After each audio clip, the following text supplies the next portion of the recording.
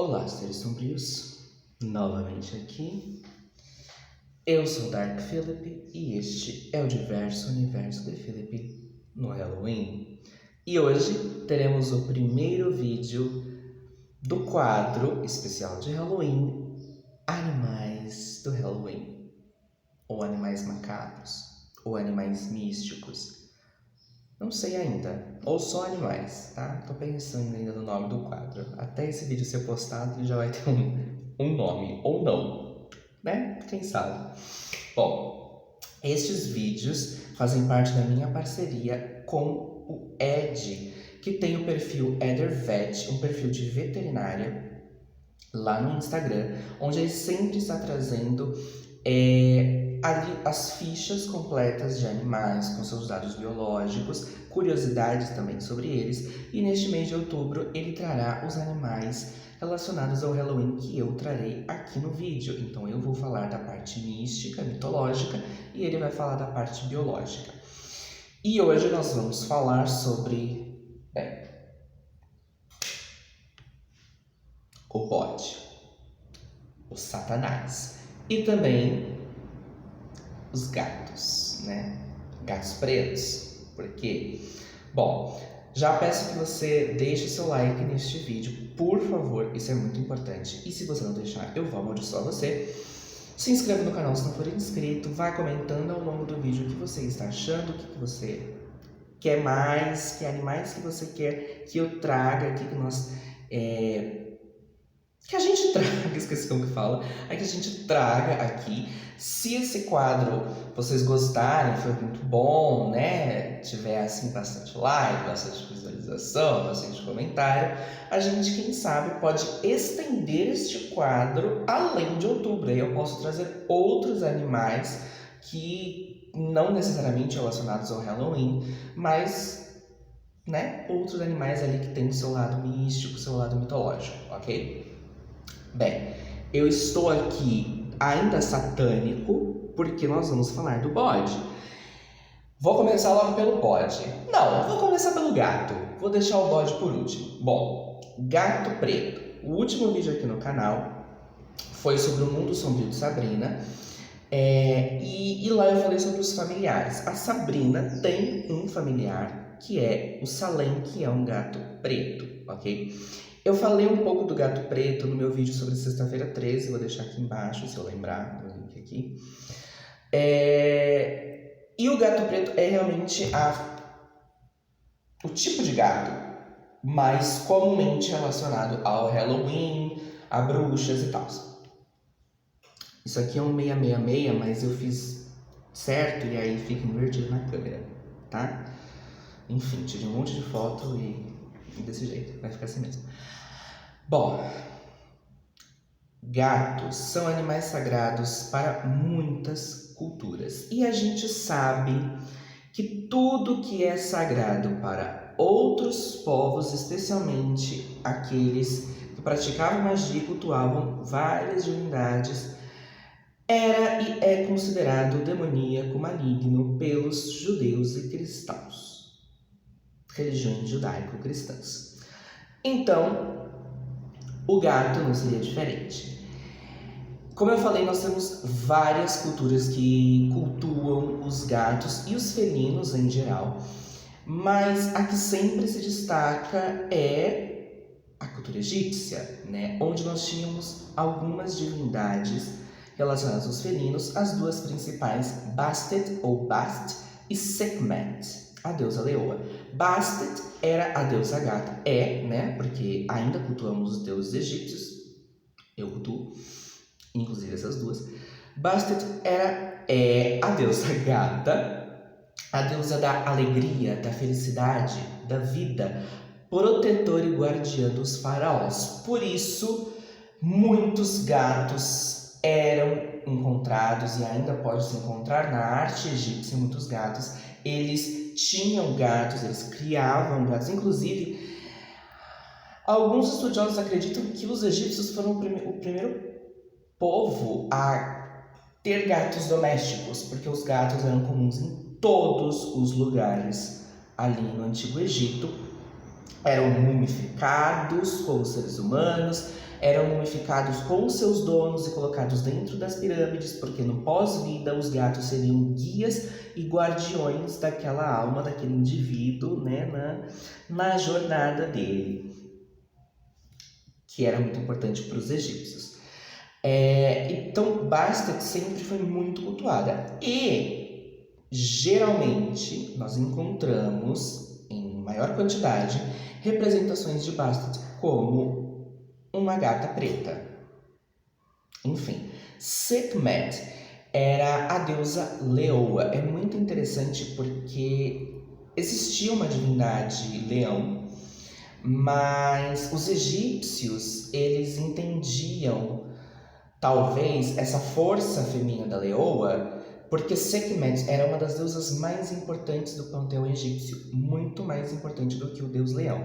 E a gente sabe que na natureza, apesar de toda essa glorificação do leão, o leão não faz nada, né? As leoas criam as filhotes, elas que caçam, elas que mantêm ali o bando, não sei o nome científico, não sei o nome científico do bando de leões. Geralmente tem um leão para várias leoas e o leão fica lá, dormindo, enquanto são as leoas que fazem todo o trabalho. E Sekhmet, muitas vezes ela é considerada uma versão de Bastet, não uma versão, uma das faces de Bastet, tá? As duas são consideradas nascidas do próprio Ra, que era o deus Sol, enquanto Bastet trazia a leveza, a felicidade. Sekhmet era uma deusa mais furiosa, mais vingativa. Ela foi criada por Ra para dar um jeito nos humanos que estavam destruindo tudo, só que ela ficou furiosa, ela veio aqui com sede de sangue, começou a matar todos os seres humanos, e aí sacerdotes falaram com Ra, pediram para Ra dar um jeito, porque ela estava matando até os humanos que não mereciam ser mortos. E aí Ra instruiu eles a criar uma bebida feita, de acordo com a maior parte das fontes, de suco de romã e cerveja. Um vinho, talvez? Em algumas versões é considerado vinho. Sekhmet acha que é sangue, se embebeda, fica bêbada, dorme e a matança acaba. Mas Sekhmet era a deusa da guerra, das doenças e da saúde. Os curandeiros, né, os médicos do Antigo Egito cultuavam, eram devotos ali de Sekhmet. E é muito interessante porque ela tem essa dualidade. Ao mesmo tempo que ela traz a doença, ela traz a cura. Ao mesmo tempo que ela protege, ela destrói. E isso era muito comum nas divindades antigas. As divindades não cristãs sempre tiveram essa ambiguidade. O Deus cristão no Antigo Testamento também tinha, mas enfim. Várias outras culturas têm ali os felinos como um papel importante, especialmente culturas africanas têm muito associações com felinos, mas na Idade Média os gatos, já por essa longa história com outras religiões não cristãs, foi considerado ali o animal das bruxas, do diabo, e as bruxas tinham esses animais que eram espíritos malignos que as ajudavam ou se transformavam em gatos. E por isso que o gato ficou com esta má fama até hoje, né? Como, por exemplo, quem nunca ouviu aquela história? Ai, ó lá, aquela ali, ó, é a véia dos gatos e vai ficar solteira, vai virar tia dos gatos, a véia dos gatos. Por quê? Esse estereótipo, muitas vezes preconceituoso, é de quem? Uma mulher, já numa certa idade, solteira, que não se casou, não teve filhos, mora sozinha e tem muitos gatos. E qual que é o problema disso, né? Se fossem cachorros, ninguém ia falar, mas o gato é relacionado às bruxas. E o estereótipo da bruxa, desde a Idade Média, era o quê? Uma mulher idosa, solteira, que mora sozinha, geralmente no meio do mato, com muitos animais em volta. E alguns desses animais poderiam ser gatos. Então, esse preconceito e estereótipo da bruxa ainda existe até hoje. Enfim. Bode, né? Estamos falando aqui do demônio, então vamos falar do bode. Esse bode que sempre esteve ali como símbolo do demônio. Inclusive eu ia usar um bottom hoje e esqueci do Baphomet, né? Que é uma figura muito conhecida, né? Daquele ser humano com corpo humano e pés de bode e cabeça de bode. Enfim, inclusive o Baphomet é um corpo feminino, né? Enfim, se vocês quiserem, eu posso trazer um vídeo sobre o Baphomet. Inclusive, na própria série Mundo Sombrio de Sabrina, o demônio, a princípio, né, Satã, é representado como ali uma figura humanoide com cabeça de bode, patas de bode, que é a figura mais tradicional criada pelo cristianismo. A gente tem também um filme relativamente recente, A Bruxa, né, um filme maravilhoso de terror que estou pretendendo trazer aqui no canal. Já comenta se vocês querem esse filme, que eu fale sobre esse filme, onde a gente tem o Black Phillip, que é um bode todo preto, né, de pelagem preta, que é ali a representação do demônio do filme. Tem até uma musiquinha, Black Phillip, Black Phillip, Black Phillip. Phillip? Eu também me chamo Phillip. Será que tem alguma relação com esse bode? Quem sabe? Bom, mas na verdade, assim como o gato, o bode foi pego pelo cristianismo para ser estereotipado ali como uma coisa do mal. Por quê? Os bodes, as cabras, também eram animais muito cultuados. São, né? Em várias culturas. Agora a gente já tem uma mudança, né? Porque do Egito a gente vai para a Europa. Existem muitos países, na Ásia também tem alguns lugares o bode e a cabra têm ali sua importância. Por quê? Existem espécies de bodes que vivem nas montanhas. É por isso que a gente tem em muitos lugares o leite de cabra, queijo de cabra, mais consumido e mais importante do que o de vaca. Porque em regiões muito montanhosas, muito altas, em muitos lugares, são os bodes que habitam. Então eles sempre foram muito importantes para muitos povos. A cultura nórdica tem muitas referências a bodes, nem que seja pelos seus chifres, pelo uso dos chifres, mas é na cultura grega que a gente tem uma maior manifestação, e foi da cultura grega que os cristãos pegaram. Porque na cultura grega nós temos dois deuses relacionados aos bodes. Nós temos Dionísio, associado ao Baco romano, e Pan. Primeiramente, Pan. Pan era considerado o deus da natureza, né? Por isso que hoje, quando a gente fala pansexual, os jogos pan-americanos, pan significa todo. Existe um tipo de crença que é o panteísmo, que acredita que tudo é Deus. Tem influência no culto a Pan. Jogos pan-americanos, de todas as Américas. Pansexual. Tem atração sexual por todas as pessoas, todos os tipos de pessoas. Enfim.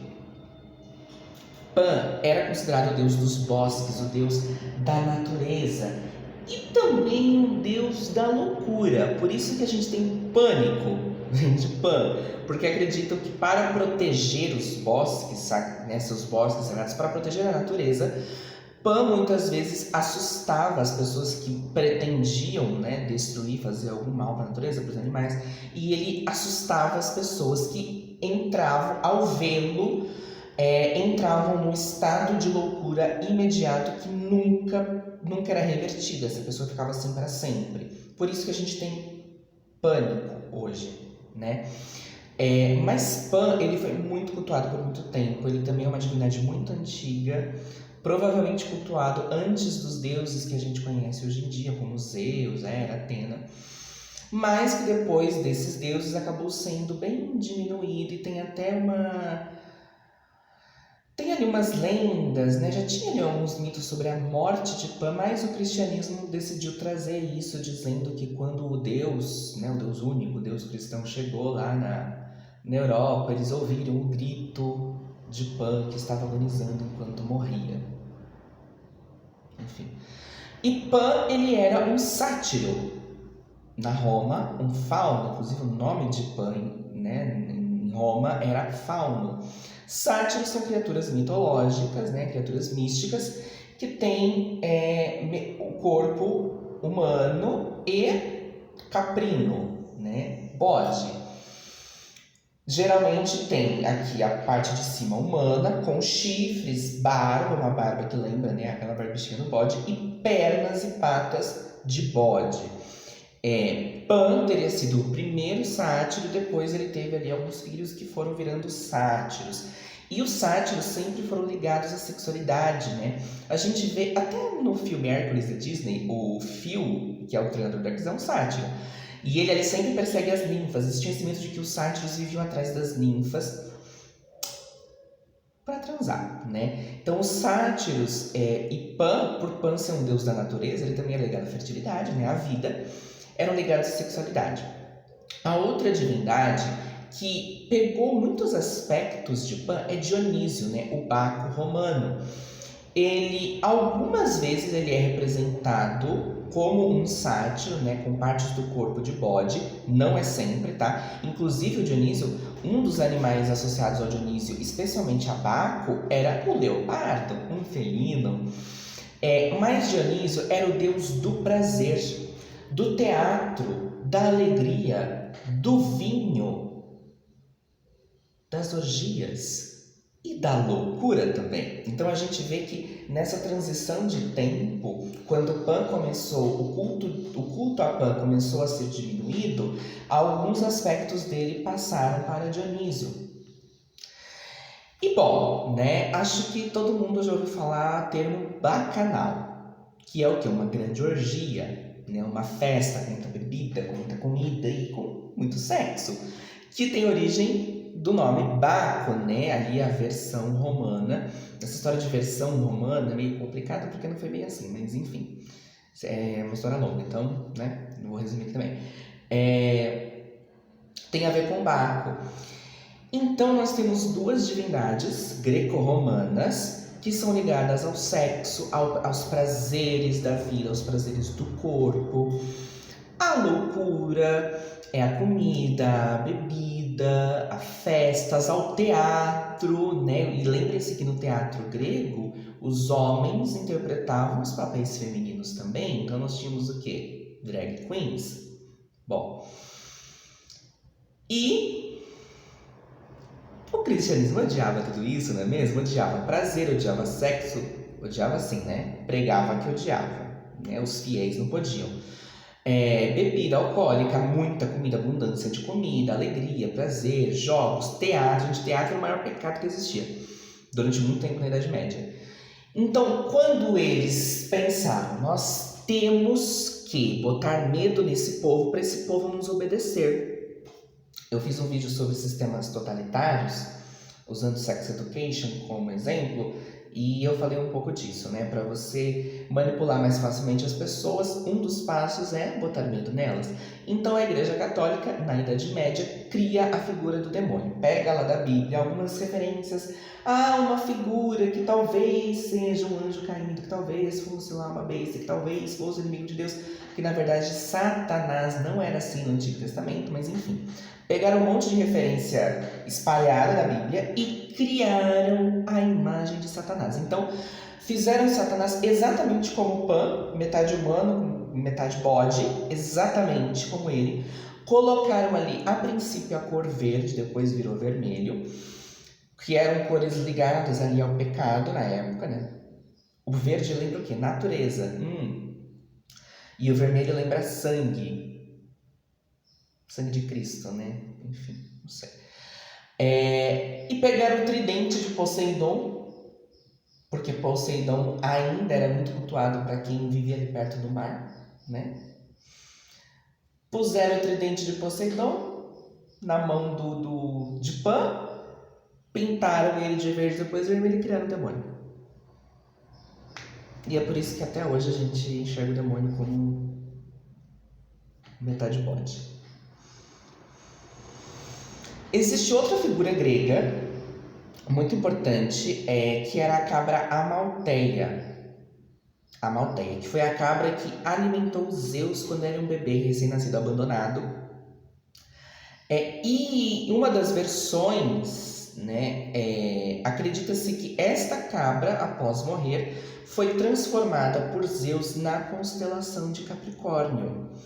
E que os chifres dela se tornaram a cornucópia, que é um chifre mesmo, onde se colocavam frutas, especialmente na época do outono, que ainda hoje nos Estados Unidos, alguns países que ainda têm, por exemplo, a cultura mais forte do Halloween, e muitas pessoas que praticam bruxaria e comemoram os rituais aqui da época do outono, que eu pretendo trazer ainda esse mês no canal, usam a cornucópia como símbolo de abundância, de fartura, de alimentos, né?